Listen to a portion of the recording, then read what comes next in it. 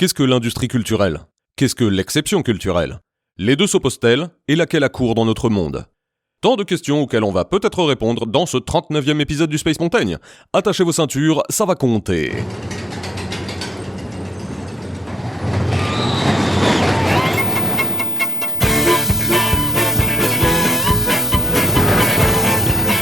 Attends, c'est une prise de tête d'un autre monde. Un autre monde. Veramente ad magistri, vocem quisque sui felicitatus.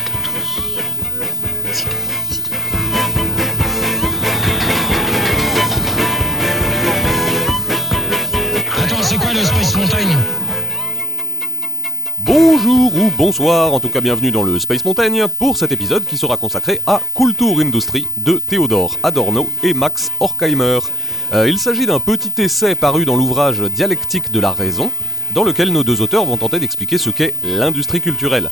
Et comme dans les Space Mountain, on passe son temps à parler d'industrie et d'exceptions culturelles sans jamais les expliquer, c'était l'occasion de s'y attaquer.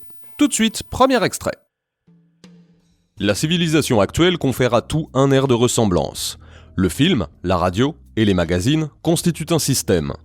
Chaque secteur est uniformisé et tous le sont, les uns par rapport aux autres. On explique volontiers l'industrie culturelle en termes de technologie. Le fait qu'elle s'adresse à des millions de personnes impose des méthodes de reproduction qui, à leur tour, fournissent en tout lieu des biens standardisés pour satisfaire aux nombreuses demandes identiques. La civilisation de la reproduction, l'industrie culturelle. Mais avant de démonter pièce à pièce cette notion, on va faire un peu de définition. Alors, dans industrie culturelle, il y a industrie et il y a culture. Bon, ça c'était pas très difficile. Mais ce qui l'est plus, c'est que ces mots semblent assez simples alors qu'ils ne le sont pas du tout.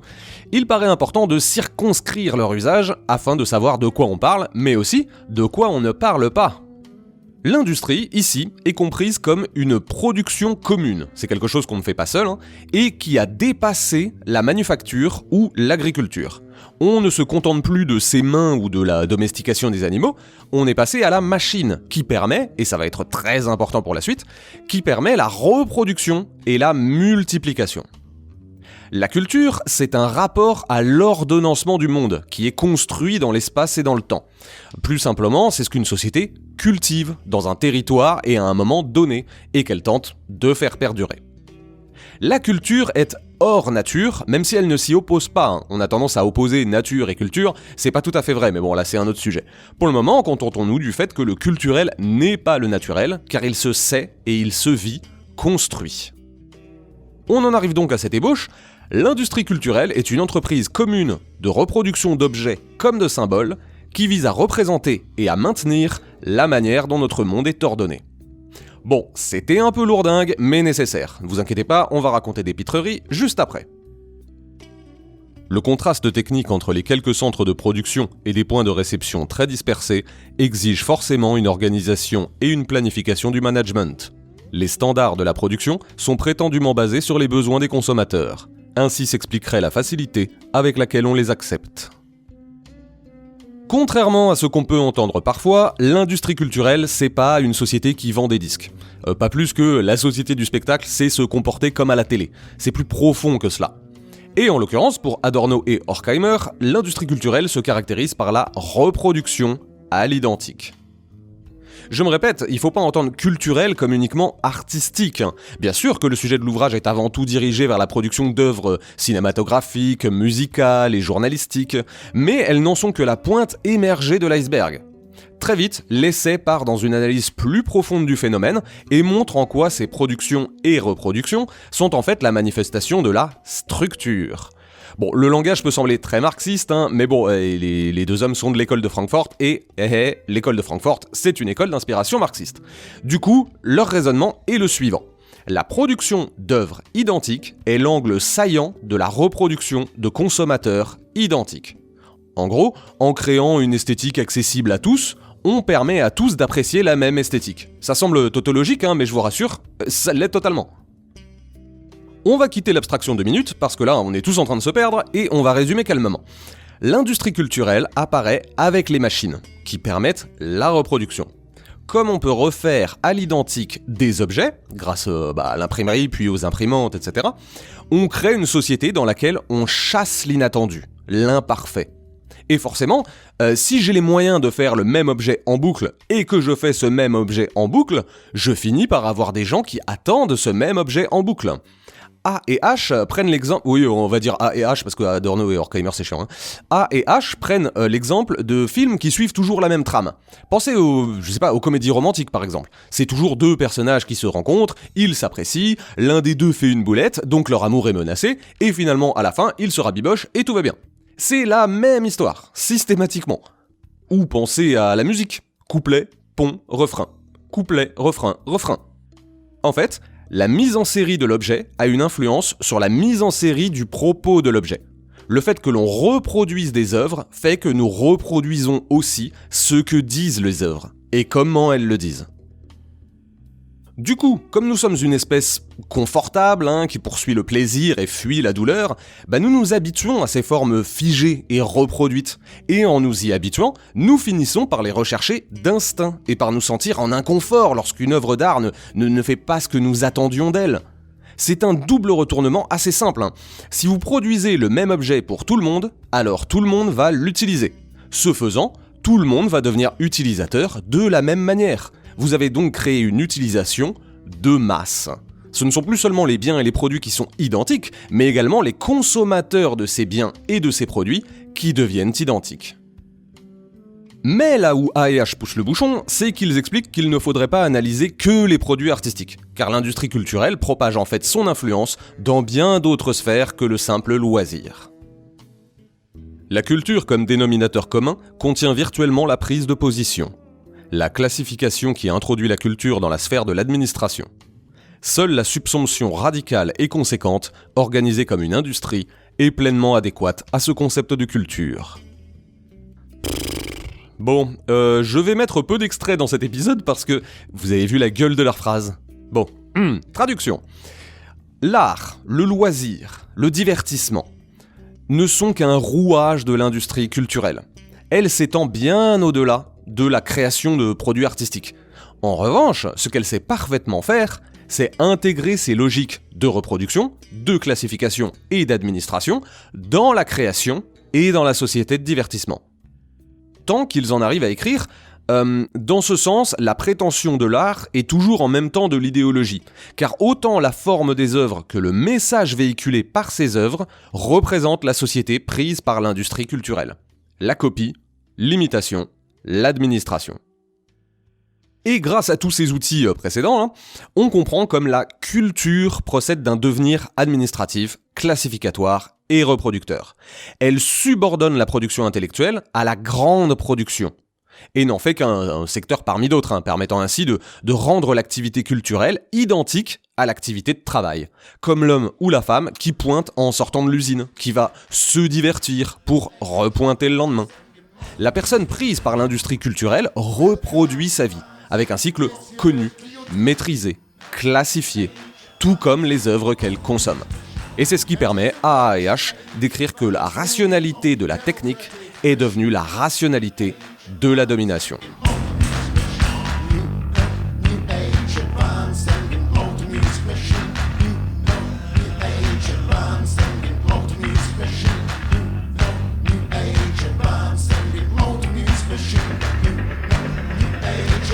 Dans une société du tout marchand, la culture la plus répandue n'est plus celle de la célébration d'une victoire de guerre, de la découverte d'un remède ou de la messe du dimanche. La culture la plus répandue, c'est celle du produit culturel accessible à tous. Je vous renvoie au 3e épisode du Space Mountain sur Baudrillard avec la plus petite commune culture et la plus petite différence marginale. On est vraiment dans ces sujets. C'est justement pour approfondir et dépasser le concept de culture de masse qu'A&H ont écrit cet essai. Selon eux, la culture de masse ne suffisait pas à décrire la complexité du phénomène. C'est pas seulement un truc auquel la majorité est soumise et accepte passivement, c'est une réelle dynamique, mobile, active, à laquelle tout le monde participe. Quand un mouvement d'une symphonie de Beethoven est dénaturé pour servir de bande sonore comme un roman de Tolstoï peut l'être dans le script d'un film, prétendre que l'on satisfait ainsi au désir spontané du public n'est que charlatanerie.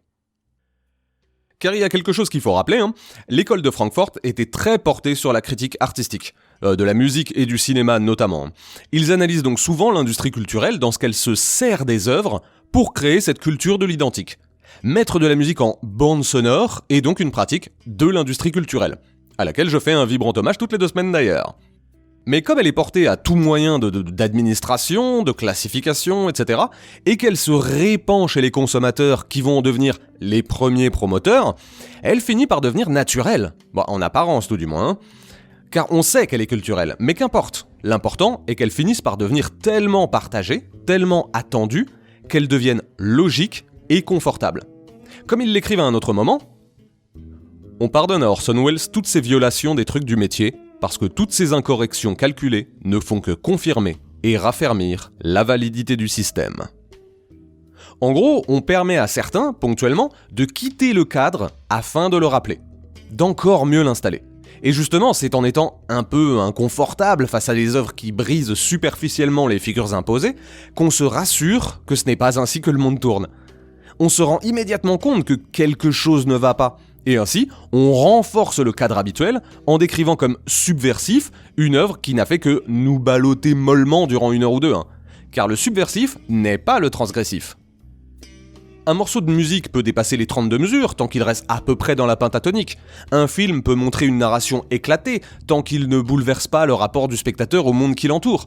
On peut faire preuve de transgression, car cela permet de se réconforter un moment sur le fait qu'on a eu l'occasion de le faire. Et surtout, qu'une fois l'œuvre terminée, le monde se remet à tourner. En revanche, il est bien plus difficile de faire preuve de réelle subversion, car elle impliquerait un tel changement de cadre que, de toute façon, l'industrie culturelle ne le supporterait pas, et ne fournirait du coup aucun bifton pour la faire émerger. Mais alors, maintenant que nous sommes un peu plus renseignés sur l'industrie culturelle, que penser de celle qu'on lui oppose souvent, l'exception culturelle ? En Allemagne, beaucoup de choses restèrent en dehors du mécanisme du marché qui avait envahi les pays occidentaux. Le système éducatif allemand, y compris les universités, les théâtres qui jouaient un rôle déterminant sur le plan artistique, les grands orchestres, les musées, étaient protégés. Les pouvoirs politiques, l'État et les municipalités, auxquels l'absolutisme avait laissé ses institutions en héritage, avaient assuré à celles-ci l'indépendance à l'égard des forces dominant le marché. Et bien sûr, AEH cite l'exemple de l'Allemagne, mais quantité de pays européens ont développé des formes singulières d'exception culturelle. L'un de ces développements majeurs fut la négociation du GATT. Le GATT, G-A-2-T, qui s'est étalé durant toute la seconde moitié du XXe siècle, est une série d'accords internationaux sur le libre-échange, les tarifs douaniers et le commerce d'une manière générale. Vers la fin des négociations, un certain nombre de pays européens ont remarqué que tous les produits étaient traités à égalité, y compris les produits, entre guillemets, culturels. Et ces pays se sont donc insurgés parce que un pot de confiture industrielle n'est pas aussi chargé symboliquement qu'un classique de la littérature. De plus, ces pays, qui favorisaient une certaine idée de la production artistique, avaient des méthodes de financement et de subvention particulières, notamment pour le cinéma ou la musique, afin de favoriser la création d'œuvres légitimes et culturellement signifiantes. Ils dirent donc, on va créer une forme d'exception pour les produits culturels. Bon, en théorie, parce qu'en pratique, il y a 2 problèmes. Premier problème, culturel est ici un terme flou. On ne sait pas très bien quand s'opère la distinction entre artisanat et art. Du coup, on ne sait pas non plus ce qui est un produit culturel à préserver et ce qui est un simple produit de la culture. Je vous donne un exemple. Mon pot de confiture, là, s'il est usiné, il est un produit supposé aculturel. C'est de la bouffe, c'est pas symbolique. Mais dans un pays comme la France, pour qui la gastronomie est érigée au niveau d'art, est-ce qu'un pot de confiture traditionnel, avec des fruits sélectionnés, une préparation d'orfèvre héritée de nos bonnes mamans, est-ce que ce serait pas une certaine forme d'exception culturelle ? Bref, vous avez saisi l'idée, c'est difficile de savoir quand s'arrête le culturel et quand commence l'industriel. Second problème, on a fait passer ça pour une mesure de diversité culturelle, afin qu'une culture dominante ne puisse pas absorber les autres à coups de papier monnaie. Mais dans les faits, ce n'est pas de la diversité. C'est une sauvegarde de sa propre production culturelle. Ça n'a jamais visé à diversifier, mais au contraire à limiter ce qui pouvait entrer dans cette catégorie. Ma production est culturelle, elle est à protéger, la tienne est prédatrice, elle est à limiter. Là aussi, on peut prendre un exemple un peu trivial pour illustrer cela. Dans les années 2000, en France, il y a eu l'émergence de ce qu'on a appelé la nouvelle scène française. Un courant de jeunes musiciens qui redonnaient un coup de fouet, disait-on, à la musique, en remettant la chanson au goût du jour. Étonnamment, ça coïncidait avec l'établissement de subventions pour les œuvres d'expression française. Donc, dans notre exemple, les chanteurs qui beuglaient dans la langue de Mehdi Maizi. Alors, forcément, quand on est plus aidé en chantant en français qu'en chantant en anglais, on crée soi-même les conditions pour que certains émergent et durent plus facilement que d'autres. Si vous êtes français, que vous faites de la musique française, mais que vous ne chantez pas en français, ou en tout cas pas dans des proportions suffisantes, vous n'êtes pas concerné, donc pas aidé. Demandez aux Québécois. Y a pas un petit problème de diversité là ? Ça ressemblerait presque à une manière de dire « Non, toi tu chantes en anglais, t'es un agent infiltré, toi, t'es un idiot utile de l'industrie culturelle, pas de thunes. »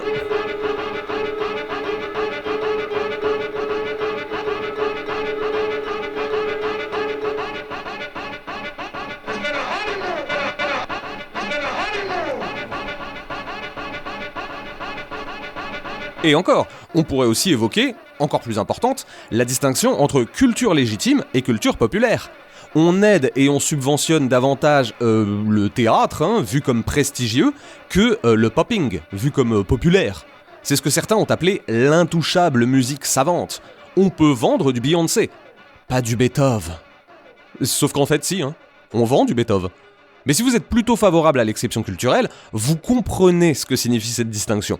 Lors même qu'en y réfléchissant 3 secondes, on se rend compte qu'elle ne tient pas. L'argument de la qualité n'est pas suffisant, car jusqu'à preuve du contraire, le ministère de la Culture ne remet pas de brevet de qualité et ne dresse pas de liste de créateurs légitimes et illégitimes. Dans les faits, on vend autant du Beyoncé que du Beethoven. Et il faut qu'il en soit ainsi, car il n'y a pas d'exception qui tienne autrement que par vue de l'esprit. Comme si l'on voulait préserver notre chère culture si grandiose, alors qu'en réalité, la seule question qui mérite de se poser, c'est est-ce que ça se vend ou pas ? C'est le principe même de l'industrie culturelle. Est-ce que ça se vend ou pas ? Et il faut bien comprendre ce que décrivent A&H. À partir du moment où vous faites quelque chose qui n'entre pas dans une démarche de productivité, de développement ou de gain, ce que vous faites est inutile. La raison politique, d'une certaine manière, est subordonnée au principe de l'offre et de la demande. Ce n'est plus le politique qui choisit le marché, c'est le marché qui dicte le politique. Car tout doit pouvoir se vendre. Ou, pour reformuler, ce qui se soustrait à la mercatique est immédiatement suspect. Et bien sûr, ceci est un échec. D'une part, car il faut bien que les artistes mangent, et donc il faut qu'ils fassent de l'argent. De deux, car aujourd'hui, presque plus personne ne défend une exception à la marchandisation. Bien au contraire, la culture artistique est intégrée au marché. On parle des artistes qui réussissent, et les maisons de disques ou les galeries d'art ne vivent pas sur un îlot hors de l'espace et du temps où l'on ne consomme que de l'amour et de l'eau fraîche. Face à cela, l'exception culturelle se voudrait être un état dérogatif pour les seules œuvres considérées comme appartenant au champ artistique et qui bénéficieraient d'un statut d'exception afin de préserver ou de promouvoir une extériorité à la mercatique. Mais c'est vain. Ce qui mène à des politiques spécifiques. On parlait tout à l'heure des subventions aux artistes d'expression française. C'est un truc qui a pas mal fait jaser dans le monde de la musique. C'est un sujet sensible, qui n'est pas le lieu ici, mais ça représente assez bien ce statut d'exception culturelle comme une forteresse artistique à défendre, contre la libéralisation et la globalisation. En l'occurrence, aider les artistes qui choisissent de s'exprimer en français était conçu comme une résistance face à l'impérialisme culturel anglophone.